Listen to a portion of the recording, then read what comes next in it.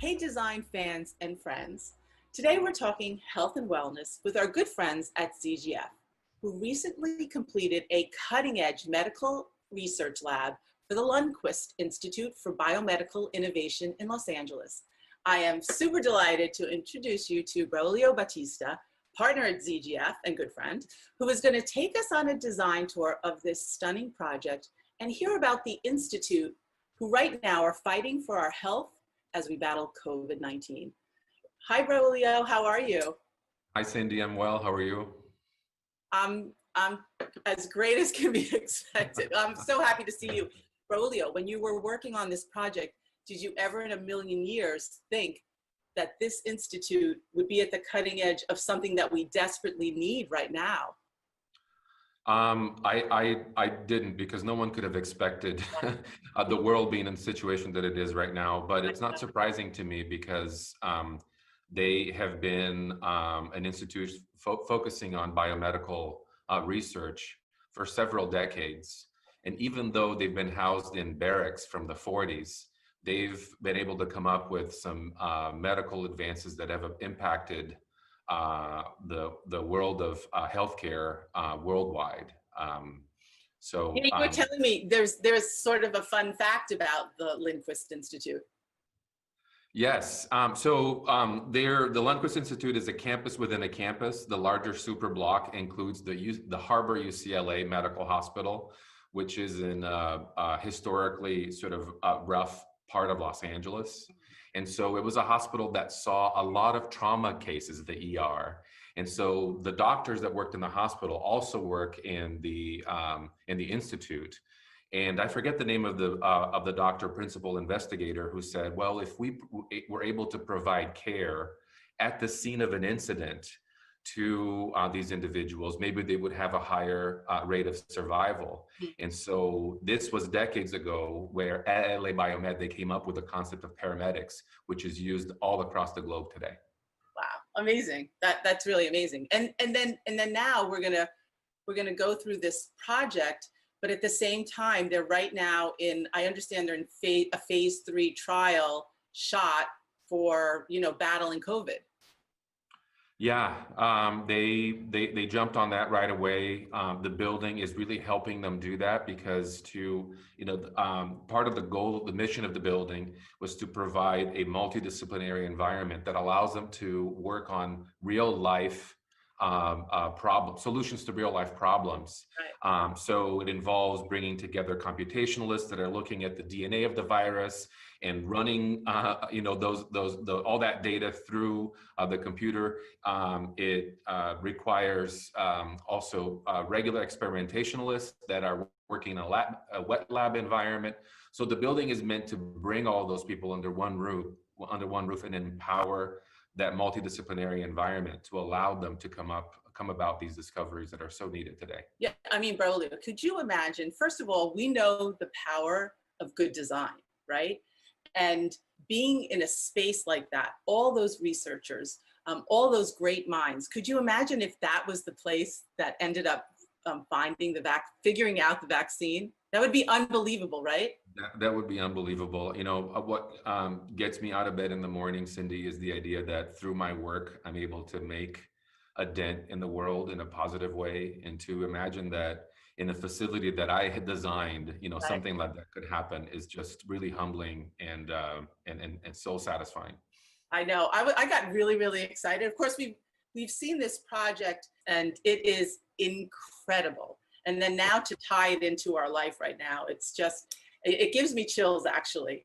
And as you said, it had been sort of like a World War II barracks campus. Tell us about that.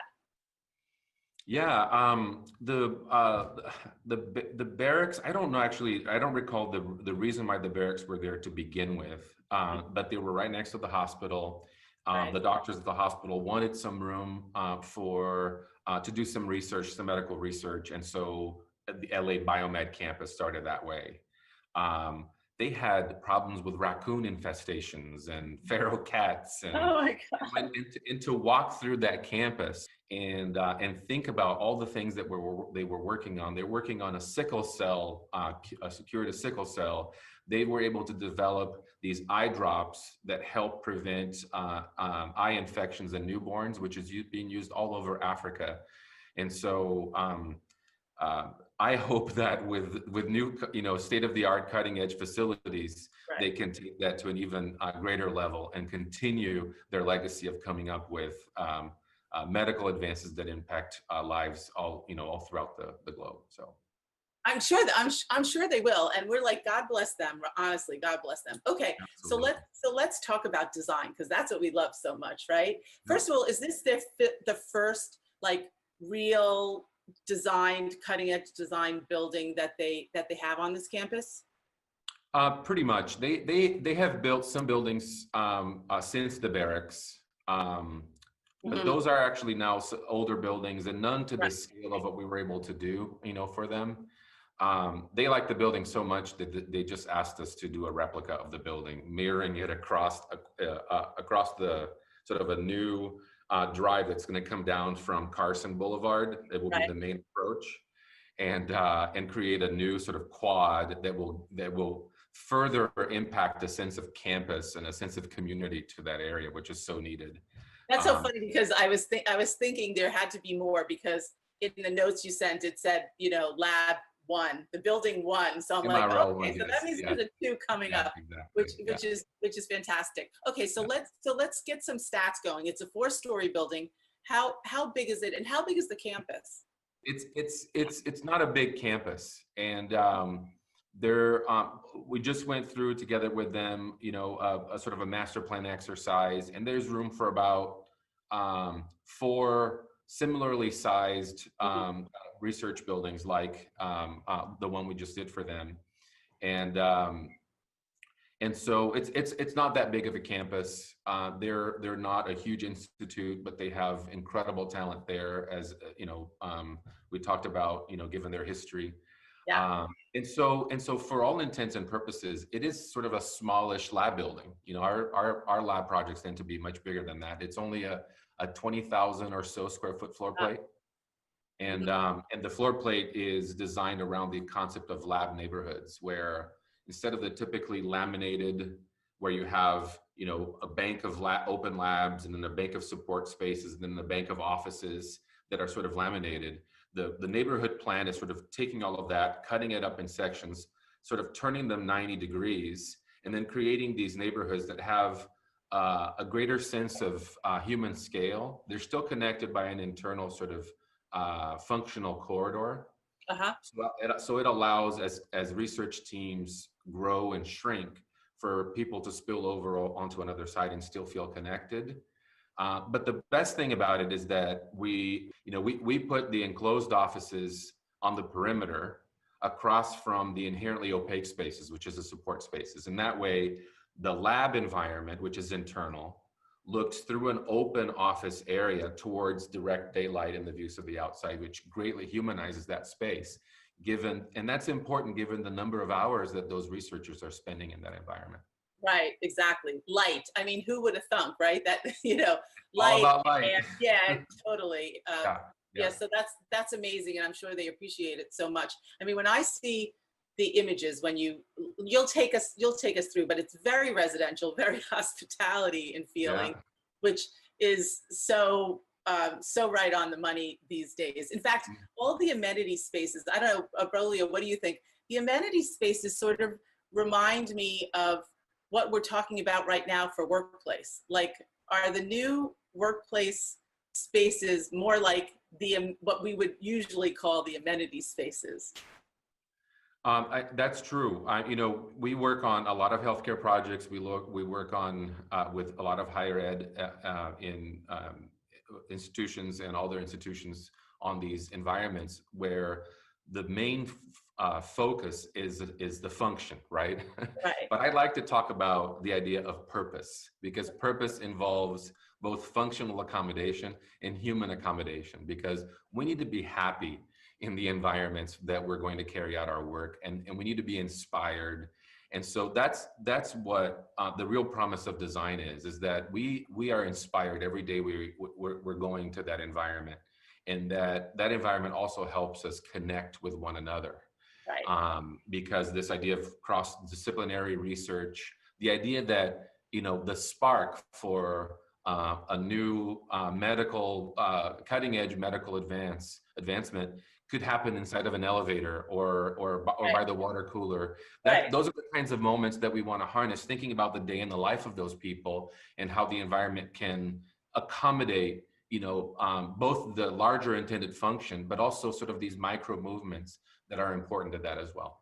Right, exactly. And we need that so much these days, right? Yeah, yeah. Yeah, And we also try to avoid doing that in an institutional look, because, people want to come to an environment that they feel a sense of place, which right. is, providing them a sense of belonging, providing them a sense of home. So it's about light, it's about connection to nature. And at the Lundquist Institute, we try to do that, trying to keep sort of a timeless overall aesthetic.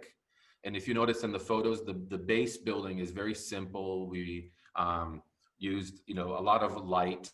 The idea is to sort of have a rich palette of materials, but to have a timeless canvas that is about reflecting light, and about, as furnishings and, fixtures change, the space would still remain up to date, throughout, the generations that the building will be serving its purpose. And so we were able to add richness through the use of color by deploying the FF&E in that sort of strategy. And so the building is somewhat grouped by sort of these color environments.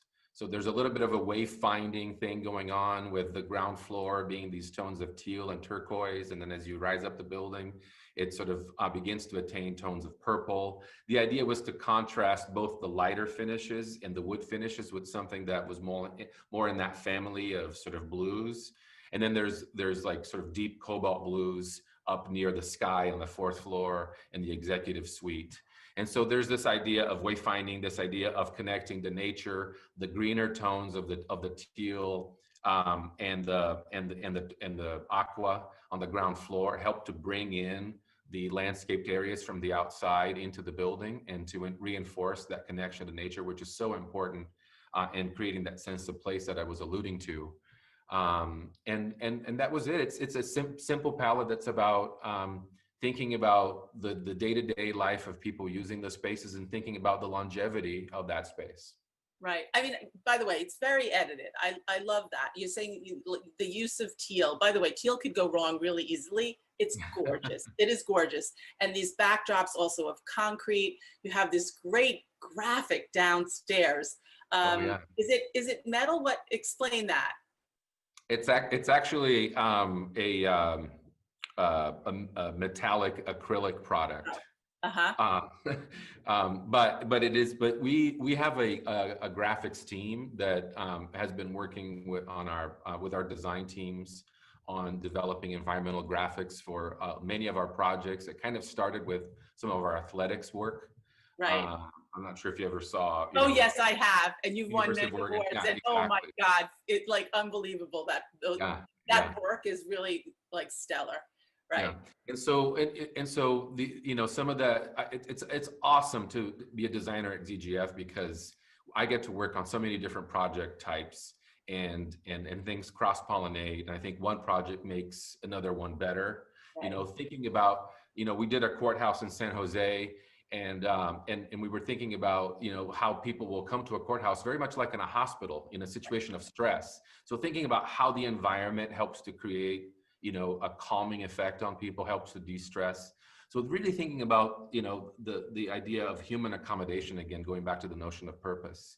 Right. And so that graphic was something that, I always had envisioned for that big concrete wall, which, by the way, is a major structural element of the building, is a sheer wall that tracks all the way down to the ground floor. And at the ground floor, there's this idea that you could interpret it as molecules connected. Right. Definitely. But it's really about this new paradigm of research that's about bringing different disparate points that were before isolated disciplines into that multidisciplinary environment and empowering a new paradigm of research that we need It's to have. nice that it has like a double meaning, right? Yeah. Yeah, tell me about that beautiful turn in the building. Yes. So lab buildings are buildings that want to be very rationally laid out. Everything is modular. Everything is based on efficiency of, space use. There's cost recovery things that are related to how much of the square footage is actually used in those buildings. But we always try to figure out how does a building attain an individual architectural signature without compromising its function. And so the building, when you look at it in plan, is a simple bar. Mm-hmm. And then there are a couple of moves that are like tangents that are coming off. And I was inspired by the idea that sometimes a scientific discovery can be made by a tangent that someone goes on. Mm-hmm. So it's not about just following that line from A to B or from A to Z, if you will, in order to find something new. And so that inflection in the form really happens on the south end and on the north end. And then as you track those angles that peel away to the top, the mechanical penthouse, which is not impacting the lab modules below, takes on that same angle, and the building actually looks like there's a lot more movement. The form appears a lot more dynamic than it really is in plan. Yeah, it's really beautiful. It's so stunning. Thank you. And I'm really happy it's going to have its sister or brother. Yeah. All right. So it's the ultimate compliment, right? It's like a client can say, "Yeah, we like your building," but this one said, "We like your building so much, we want another one." Right. I love that. Yeah, it is a big compliment for sure. Okay, so let's talk about this. So it's 4 stories. So take us through the different floors. So what's on the first floor? So the first floor are meeting and conference functions. There's also a little cafe as well. The idea for that was to allow the building to be a magnet for others that work elsewhere on the campus. So there's a large multi-purpose room. It was sized for between 150 to 200 seats. There are a couple of other sort of breakout spaces, a boardroom down there as well, the cafe. And then there's loading functions and sort of research support functions like freezer farm and storage sort of in the back. Mm-hmm. And is there education that's happening yeah, quite often? Yeah. Absolutely. So the idea then is to provide these spaces that are wrapping around those meeting spaces, providing access also to the vertical circulation of the building that are an extension of the outside environment. So this idea, given that we're in California, of inside outside and exposing that activity to others that are working by on the campus is really what that campus needed, because there was a security issue for many years. And so having more eyes, having more transparency between the interiors of the building and the outside helps to create that environment that feels safe and that also creates that palpable sense of place that we were looking for. Right. And I've seen many a lab in my day where there would be certain spaces that would look good, and then you'd go up to the lab and it would just, and in this case, it's just light and bright as you head all the way up, right? As you said. So let's go to, so the second floor, take us. Yeah, so the second floor is the workhorse research floor. And as I mentioned before, it was designed based on these neighborhood principles, in which allows for these zones, these open zones that create better daylight penetration through the office all the way into the lab environment. I'm not sure if you know this, but you cannot have in a lab environment by code any kind of food or drink at all. Mm-hmm. And so that little open area outside, the write-up area, is where folks that are working at their lab bench can take a break and have a drink of water or have a soda or whatever. So that glass wall that divides that area is not only allowing for that daylight penetration into the lab environment, but also allows those folks to maintain a line of sight to their lab bench. So it's both functional and also creating, that better quality of the environment that I was talking about. Yeah. Oh my God, I had no idea. Can you imagine us? We're always, carrying a coffee, a water. They can't. So. Yeah. Really, God bless them. All right, so that's the second floor. Let's head to the third. The third floor is really interesting because David Meyer, the director of the Lundquist Institute, had a vision for this incubator floor in which biomedical startups could come and rent space as small as a knee hole in a lab bench, but also be able to, throughout the life of their research enterprise and potential product or medical development, be able to grow within the space. So we provided labs of different sizes so that as they become a group and they have greater need for privacy, they could stay within that environment. And again, going back to the idea of breaking down the disciplines, the idea of having incubees in the building further expands the idea of breaking down the disciplines so that the Lundquist Institute principal investigators can have a chance to interact with some of these startups and the folks in those enterprises. That's amazing and really, really smart, by the way. It doesn't look like there is research on the top floor. So that's the fourth, right? There is research on the top floor. The top floor is dry lab, and dry lab essentially looks like office. Dry lab is where computational work is being done. So essentially it looks like office space, and there's some conference spaces. The idea of the neighborhood does sort of telegraph into that floor as well. And so we have these open areas that go through from one side of the building to the other. And then there's sort of a glass conference room floating in the center in order to allow for that sense of connection to the views and to the daylight through both sides of the building. And do they so they're teaming up with the folks in the lab? Yes. Well, you're calling it a dry lab, right? So most research today, translational research that is medical in nature because of the DNA-based sort of focus. Most research now involves some sort of data analysis of sequencing the DNA of a virus or other things like that. And so sometimes we call it sort of a damp environment where you can be doing things on the lab bench, but you need to collaborate with someone who is mapping the DNA sequence of a certain organism. And so being able to have those folks under the same roof, whether they're on the same floor or on separate floors, does allow for the convenience of that collaboration to occur.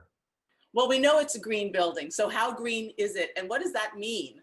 Every project that I work on, every project at ZGF, whether the clients are interested in it or not, we try to push the levels of energy performance as high as we can. We try to push the health and the indoor air quality of projects as much as we can, the occupant health. Actually, on this neighborhood plan that the Lundquist Institute is based on, it flanks the internal sort of lab area with offices on both sides. And I'm not sure if you're aware of this, but labs have a code required number of air changes that need to go through. I think it's about 6 air changes. So what we did here is to provide air to the office environment, and I think it's 2 air changes, and that cascades into the office, into the lab. So excuse me, and so we're only providing the remainder of the air change requirement to that lab. So that plan is not only accommodating or setting up all of those relationships that I was alluding to earlier related to function and to creating a great environment that's with daylight. It also allows us to utilize the air through the building in a more energy efficient way. And this is really interesting because it makes the office environment and the lab environment single pass air, which in the age of COVID has become really important. So the air does not recirculate in any one location in that building. No, that's fantastic. I love that. See, I didn't know that. That's amazing. All right, I want to get... Actually, this building that's behind me here, which is the Anschutz Health Sciences building, which is under construction right now, just topped off in Colorado. This one is really sort of the next generation of what I call sort of mixed use medical school buildings, where you put all these different disciplines together. And in this case, we also are providing in this building offices for clinicians. So the folks that are actually providing healthcare are commingling in the same building, in the same environment with the computationalists, with the experimentalist, the folks that are in the wet lab as well. And then this ground floor that you see right behind me here are a series of classrooms and conferencing functions, so that act of collaboration and sharing of knowledge can be done in the same environment as well. Yeah, no, I was just going to ask you, this is the one in Colorado, right? That's right. Right? Oh my God. Now this is much bigger, correct? Much bigger. Yeah. Yes. This one is nearly 400,000 square feet. Oh my goodness. So Yeah. where are you on that? Yeah. So the building just topped off, and the curtain wall started going on. The scale of this atrium environment is amazing. We thought about, with that idea of purpose in mind, not only day-to-day functions, but how this atrium could provide accommodation for programmed events and fundraisers and poster sessions. And so it was really envisioned as creating a new paradigm on that campus that had been zoned. So education is over here and research is over here and healthcare is over there. So putting those under one roof, again, the idea of breaking down or creating an anti-disciplinary environment, but also providing a magnet. So there's roof terraces on different levels that you can step out onto. There's a Krumholtz room on the very top. It's like right up here on this corner. That you can, it's just a simple lounge, but the lounge steps out onto a green terrace that you'll have views across to Denver downtown and the mountains beyond. And on this ground floor here, you have a cafe, you have a restaurant. So it's really the idea of creating a hub. Mm-hmm. So we would like to see people that have no businesses in this building choose to cut through it. Right. To get a coffee, or because it's a shorter distance to get to where they're going from the point that they arrived on the campus, in order to increase the chance that happenstance, connection can happen that could spark something incredible that would be impactful in the future. Braulio, what's it been like for you over the years working on projects like this, when, I don't know, right now it's touching home so strongly, but trying to help others who are trying to help all of us, right? What's that like? It's like I said before, Cindy, it's why I look forward to getting up every morning out of bed and getting to work. I've always I've always liked design just from an aesthetic standpoint. Right. Liking beautiful things, but through the work that I've been doing at ZGF and being fortunate to work with these mission-driven clients, I was able to connect the idea of beauty and inspiring people with the impact that can have on real concrete, needs that society has. And so that's incredibly satisfying. And I'm just really fortunate to be able to work on projects like this. Right. And like you said, it's kind of changed your perspective and changed the trajectory of your career too, right? Absolutely. Yeah. Yeah. Amazing. Amazing. When you think of like how aesthetically it also changes how we feel about space, for sure. But then what's behind some of this work is just unbelievable. Yeah, I sometimes people call me the empathizer. Oh, I love that. Because even though I'm interested in big ideas, and I think good design is really about, a powerful parti or something that is bold, I'd like to imagine myself as that user in the building and how I would feel. Right. And so it's sort of an understanding that I think that the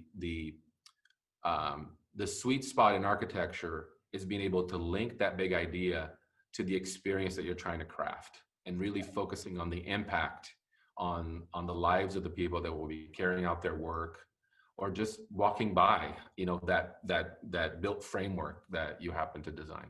Right. So many amazing messages. The building is incredible in every which way, like you said, as an architect, as architecture, as interiors, for people, for these unbelievable researchers. Like, we're so appreciative. Braulio, amazing job. And thank you so much. Yeah, I mean, helping others who are using design to create buildings and spaces for those who are right now trying to solve these global issues. honestly is the ultimate reward.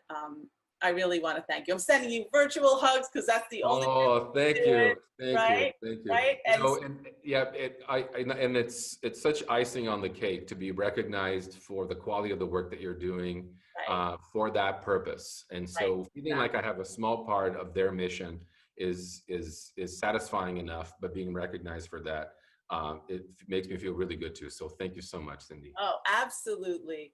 Well, our message to everyone out there is to be healthy and be well, right? Absolutely. Yeah. Right. Yeah. Okay. And we'll, continue to think about how the built world can help us carry out life with meaning and life in a healthy state. So Exactly. Exactly. Well, thank you so much. Thank you, everybody. And God bless everybody. Be healthy and safe and well. thank you. It's been a pleasure. All Okay. right. Bye. Bye. Bye.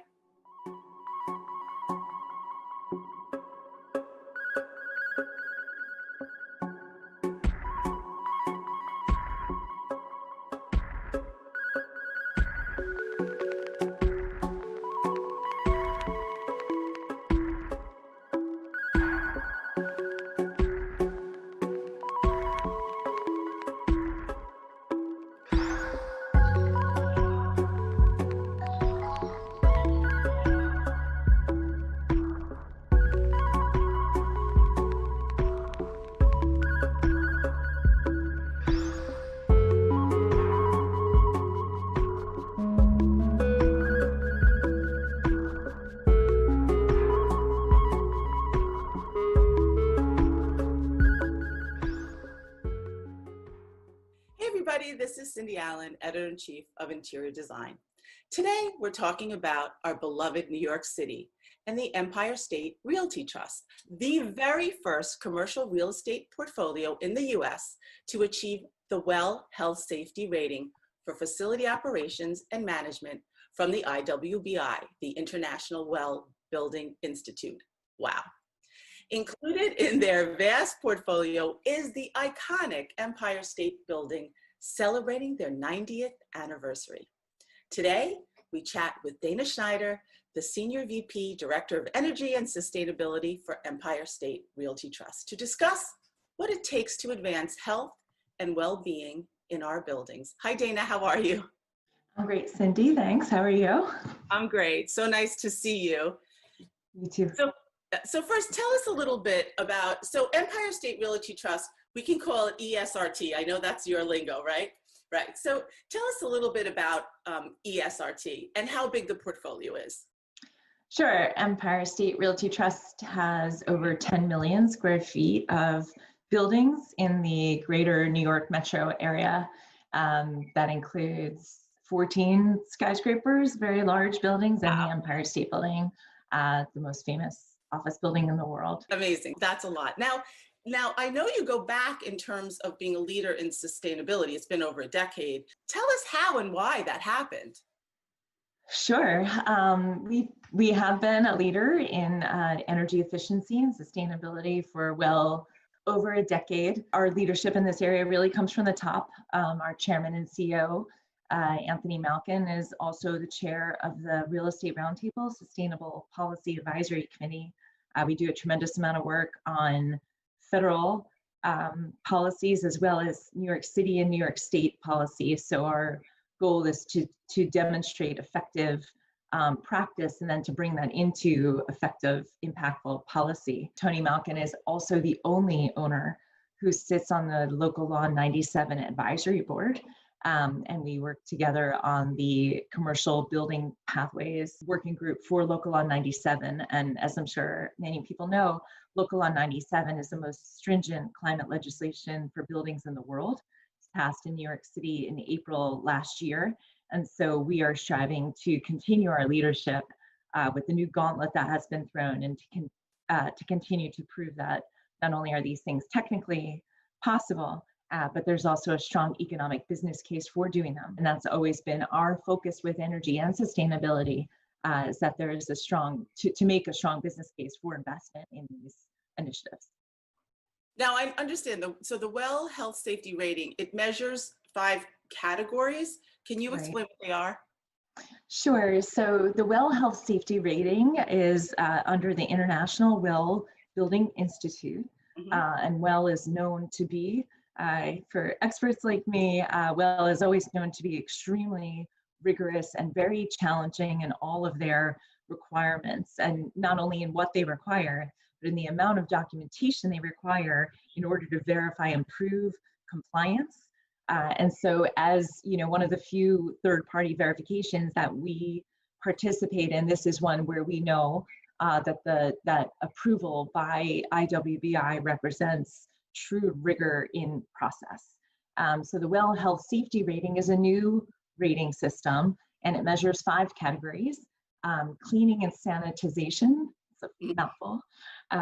Cleaning and disinfection is a little easier. So cleaning and disinfection procedures, emergency preparedness programs, health service resources, air and water quality management, which I think is the one thing people would be familiar with, and stakeholder engagement and communication. So the idea is that the health safety rating system is building on the well building system itself and pulling out the categories that are most critical to demonstrating health and safety within a building. So the Well Health Safety Rating was just launched in June.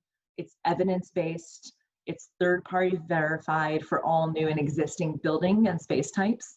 And it's a comprehensive focus on operational policies, maintenance protocols, emergency plans, stakeholder engagement, like I said, just taking a look at all aspects of building operations and ensuring that organizations have prepared their spaces for re-entry in a post-COVID-19 environment, but more so building on all the indoor environmental quality and healthy buildings knowledge that we've gained over decades of work. So well building standards and well health safety build on things that we already were doing to make sure that our occupants and all of our buildings were as safe and healthy and productive as they could be.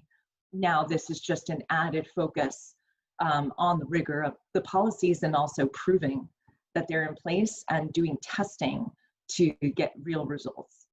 Yeah, I was going to say, like, you were already in a good position to be able to like move forward in a positive way during everything that's happening with COVID, right? Yes.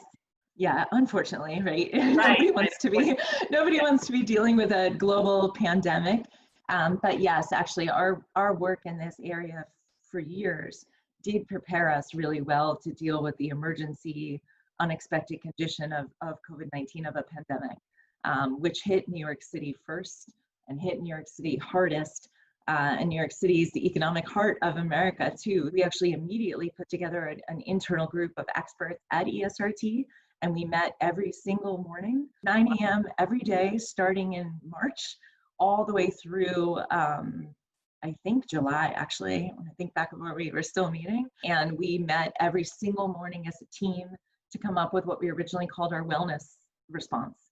And we developed a comprehensive program. The policies that we already had and processes we already had did set us up really well. We've always prioritized indoor environmental quality, both from an architectural design perspective and an engineering perspective. And we've always done testing, comprehensive air testing, comprehensive water testing. This also added a specific COVID response in the ways COVID is transmitted, so direct transmission, indirect transmission, and aerosol transmission. And we developed very robust ways to address all of those areas, whether it's signage, very clear signage, communications with our tenants, footprints for spacing on the floor, and requirements for masks, requirements for sanitizer, requirements for temperature checkpoints before coming into our buildings at all. And then we overlaid on that rigorous cleaning disinfection program using green cleaning anytime we can to make sure that we kill the virus without hurting people in a negative response that many humans have to harsh chemicals, right? Runny eyes, sore throat, coughing. Those are not things that we want to ever induce. So we did a lot of research there. And on the engineering side, we really set the bar for indoor environmental quality in a post-COVID world. Again, many of these we already did have in place. So we have MERV 13 filters in all Empire State Realty Trust controlled air handling units. We actually changed all of those MERV 13 filters out before the reoccupancy in New York City for non-essential workers. We were allowed to come back in June, and so we made sure that all the buildings updated with new MERV 13 filters before that date. We have increased our ventilation, the introduction of outside air into the spaces, and we start that ventilation outside air 2 hours before occupancy and continue that flush out 2 hours after occupancy. And we have atmosphere bipolar ionization, which is active air purification. And that has been proven in an independent accredited laboratory to be 99.92% effective at neutralizing coronavirus. So that combination of ventilation, filtration, and active purification has really teed us up to have our buildings as safe as possible in the return to office, which are in our office, we never closed our buildings, and many of our fellow workers have been coming in, throughout the March through June period, and the rest of us have been back in the office regularly, so we're ready.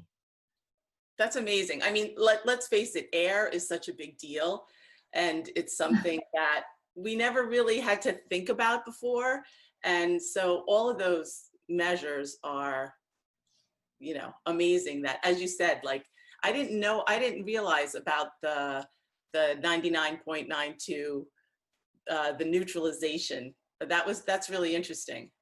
Right, we've been researching technologies for a long time. We're always researching technologies. We use our buildings like laboratories. So, we really put our money where our mouth is. This is something that we've looked at for a long time. And so we felt comfortable, expanding that rollout post-COVID, knowing that it is effective, and we do independent tests every time we install these technologies to make sure that they continue to operate. With the atmosphere, we've actually also installed real-time indoor environmental quality monitoring. So we get continuous measurements. For folks out there watching, so indoor environmental quality, the IEQ, right? That's what you're calling it? Yes, indoor environmental quality is IEQ. Sometimes people say IAQ, which is indoor air quality. I prefer IEQ because it's more than just air. Right. We spend over 90% of our time indoors, so that time that we spend indoors should never be harmful to us. It should always be helpful to us to make us more healthy, more productive, especially when we're at work. And so we have a set of standards in place, high performance design and construction guidelines in place, which are part of our leases for all the new fit outs to adhere to high performing guidelines in the design phase.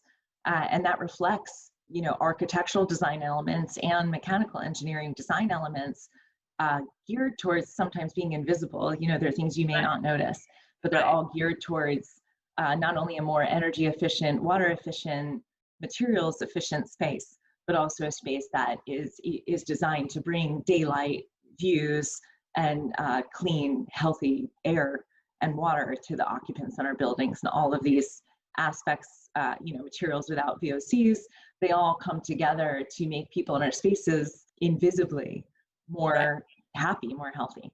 Right. That's the thing also that's so interesting, because we think about like new buildings being like really high performers, right? But in a lot of cases, you're talking about older buildings and the ability to improve the sustainability, indoor environmental quality, like the Empire State Building. Yeah, that's one of my favorite topics. Oh, really? Anyone who knows me knows that. I've been doing this for over 20 years.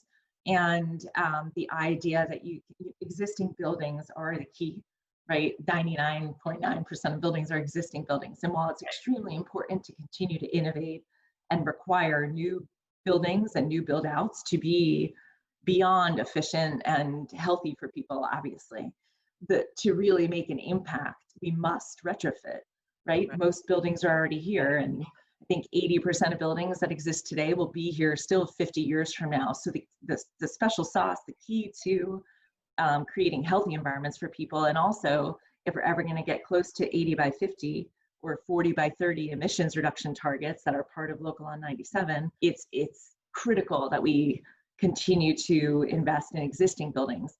Empire State Realty Trust's portfolio has many pre-war buildings, and they happen to, through our work, these older buildings are often more efficient than new buildings. We've certainly demonstrated that over and over again, and we publicize all of our work in the Empire State Building to inspire and teach others from our own lessons learned. The Empire State Building, which will be celebrating its 90th anniversary, is one of the most efficient buildings in New York. It's one of the most efficient buildings in America. And it continues to be the most effective case for demonstrating that deep energy retrofits work. So Dana, let's discuss all the efficiencies to the Empire State Building. We started our work in the Empire State Building in 2007. At that time, for about a year, we worked confidentially. All the white papers and lessons around efficiency at that time were theoretical. And so we didn't want anyone to know if we didn't have a great business case. So we kept it secret for a year, all the work that we were doing. And our goal was to develop a replicable model for to create the business case for investing in deep energy retrofits in existing buildings. And we worked for over a year to develop that initial process and the tools that would support that process. And ultimately, through a combination of a calibrated energy model, a review of all the capital projects, a review of the tenants and how they were projected to change over the next decade, and then an exhaustive review of every single possible energy project holistically for the building, taking the right steps in the right order, the envelope first, and then the systems, and then the tenants and their usage. We ultimately developed over 65 energy measures. Oh my goodness. And every one of those had to be analyzed for payback. The best balance between cost and savings. And whether you're looking at savings at the time, we're talking about economic savings through energy savings, which can be converted into greenhouse gas emissions, which is what Local Law 97 is based on. And so we implemented 8 projects, which were guaranteed to reduce energy use 38% with a 3.1 year payback, which is pretty amazing. And we have continued that work since. We began implementation in 2010, and these are not projects that you just implement and you're done. You don't just set it and forget it. Right. We actually work continuously all the time to develop further measures. We've now reduced energy use and emissions in the building by over 42%, which we're really proud of. And we're working to come up with programs to do even more. I understand the elevators generate energy as they move. Yeah. So one of the newer measures in the building. So initially we had we retrofitted 6,514 windows, quadrupled their performance, reused over 96% of existing materials, and the cost was 70% less than new windows. So an awesome project. We gutted and redid our whole central plant. We are still in the process of changing out all of the air handling units in the building to far more efficient units that are also very intelligent and take outside air introductions, CO2 measurements into account.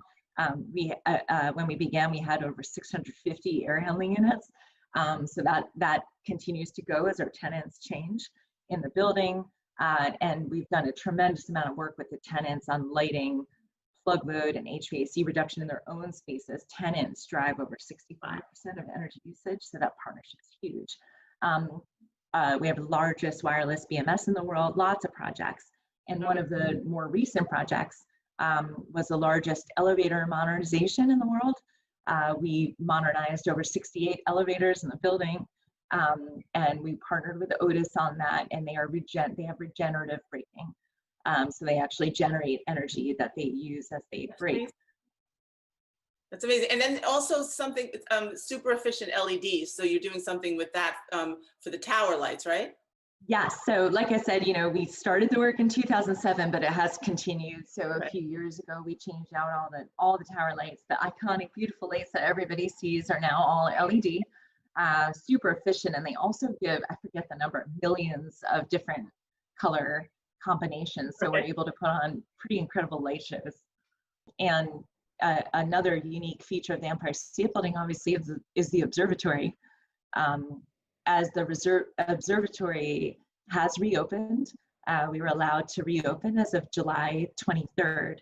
And it was really important to us to demonstrate our leadership there so that our visitors knew that it was safe and healthy to return to the Empire State Building Observatory.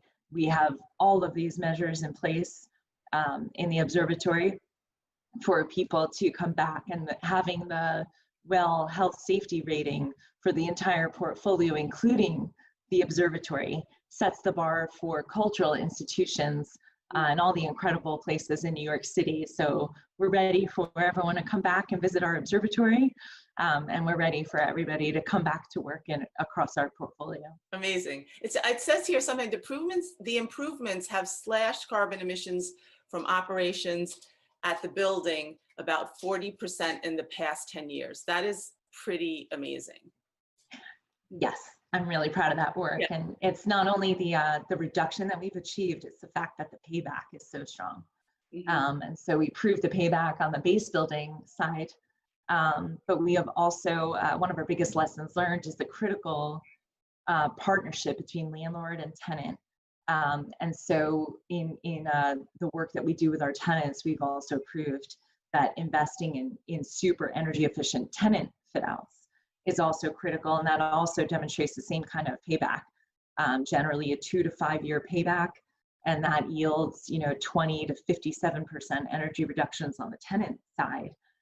We've actually used our work in the Empire State Building to develop a tenant energy optimization program, originally developed with the NRDC and now with ULI to scale and teach others about it. And then we also, again, through our chairman and CEO's work,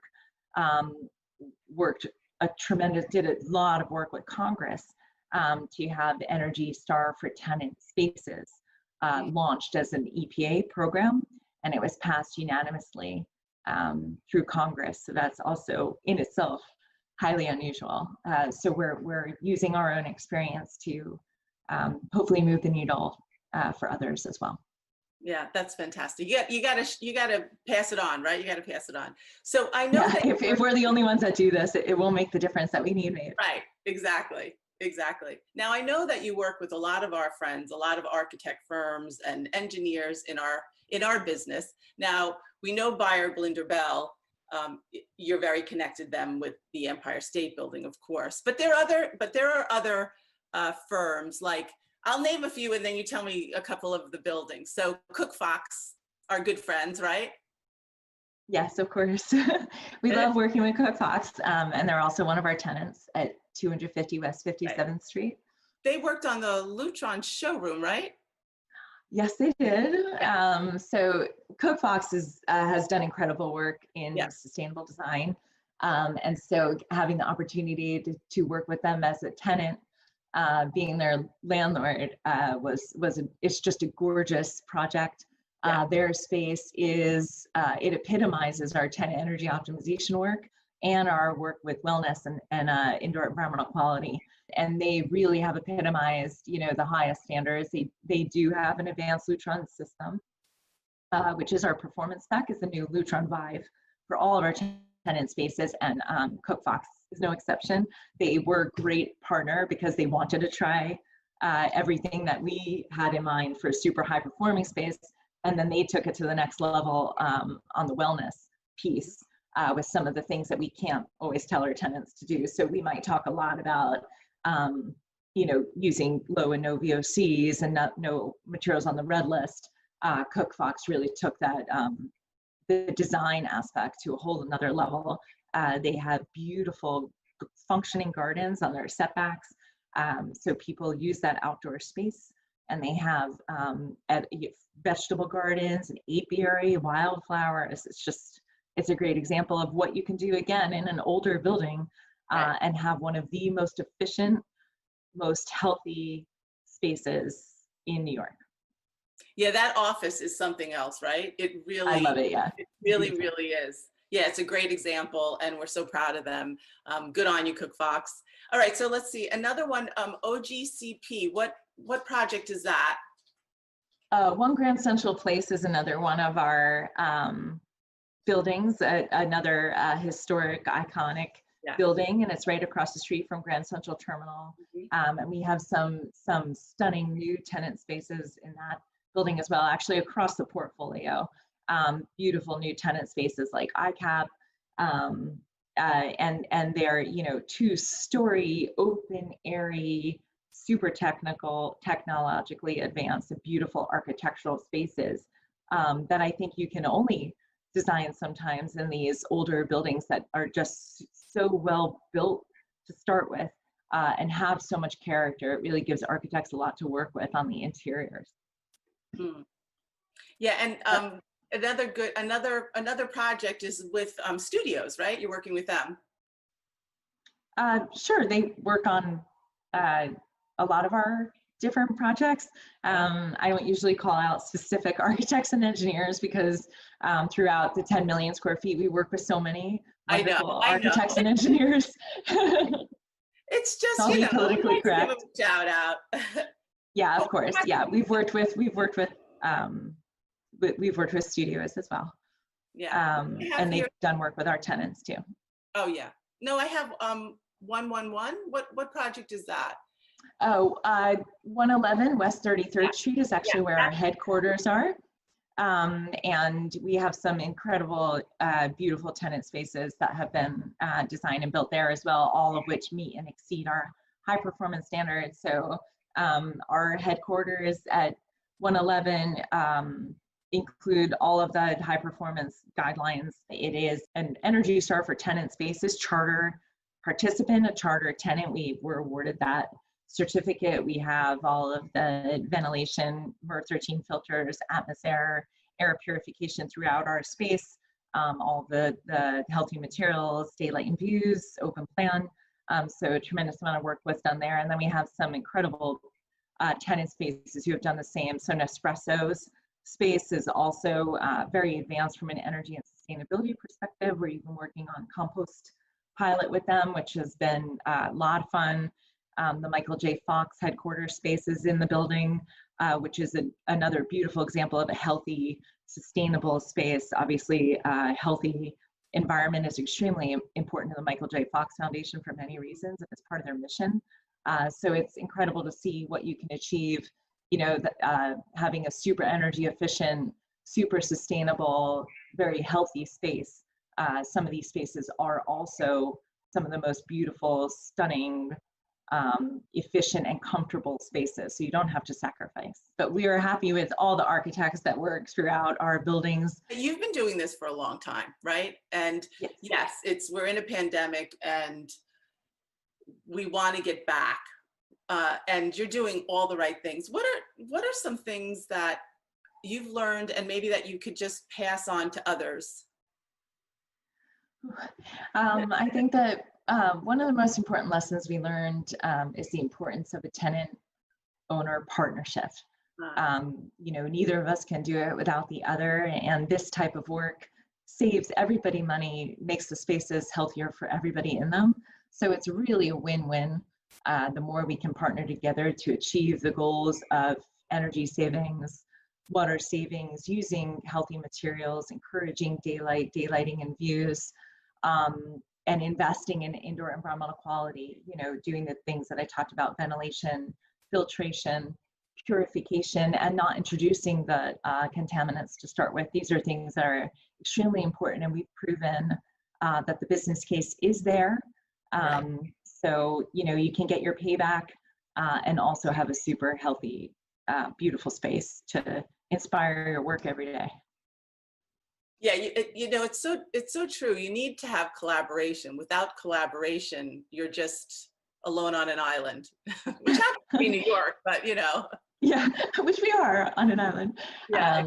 But I think that the other thing I would say is, you know, although we're going through very challenging, unprecedented times right now, there are ways, especially, you know, those of us in the design community and the building real estate community, again, can partner. to push each other to the limit of technical and behavioral innovation to make sure that we can come back to work, and we are ready, and we've done all that we can, and we're here to support all of our occupants in our buildings, and to help all of our tenants as they reoccupy their spaces and return to the office. So it's not only educating them about what we've done, but we're happy to, I've met with lots of our tenants, and we're happy to always do custom one-on-one reviews to bring all of these measures into every tenant space as well. Yeah, there's something you had said to me, the approach is centered around the dichotomy between the mechanical and the human. Yes, that's exactly right. And we need both, that's for sure. Well, okay, so Dana, thank you so much for sharing. There are a lot of information, amazing information, moving things forward in a positive way. Thank you to the Empire State Realty Trust, the ESRT, and of course, the International Well Building Institute for advancing health and well-being in our buildings. Can't thank you enough. Thank you.